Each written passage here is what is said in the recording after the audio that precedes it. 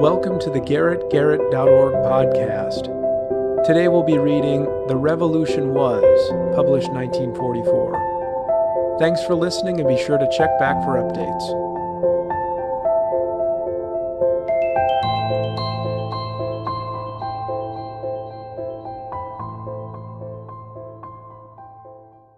The Revolution Was. Conclusion. So it was that a revolution took place within the form.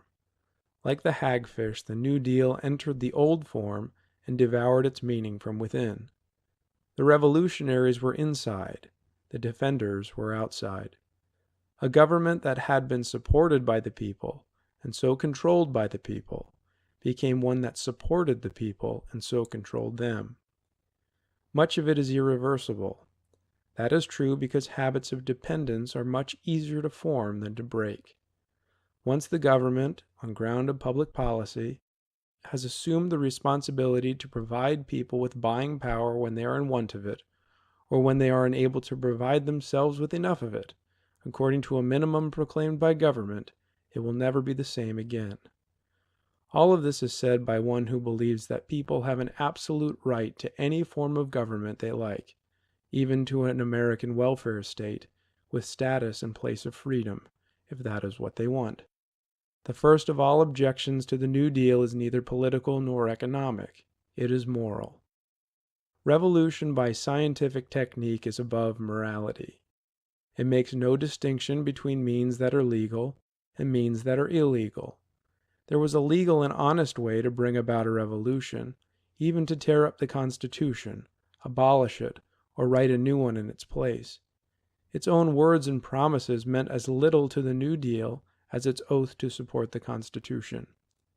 In a letter to a member of the House Ways and Means Committee, urging a new law he wanted, the President said, "I hope your committee will not permit doubt as to the constitutionality, however reasonable, to block the suggested legislation." Its cruel and cynical suspicion of any motive but its own was a reflection of something it knew about itself. Its voice was the voice of righteousness. Its methods, therefore, were more dishonest than the simple ways of corruption.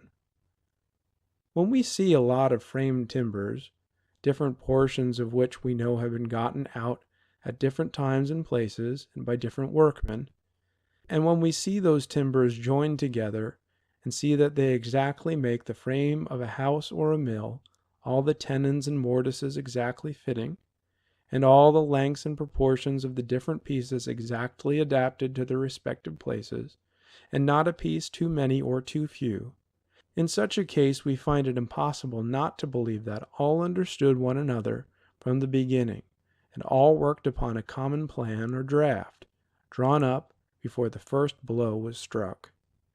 Abraham Lincoln, deducing from objective evidence the blueprint of a political plot to save the institution of slavery. Thanks for listening today.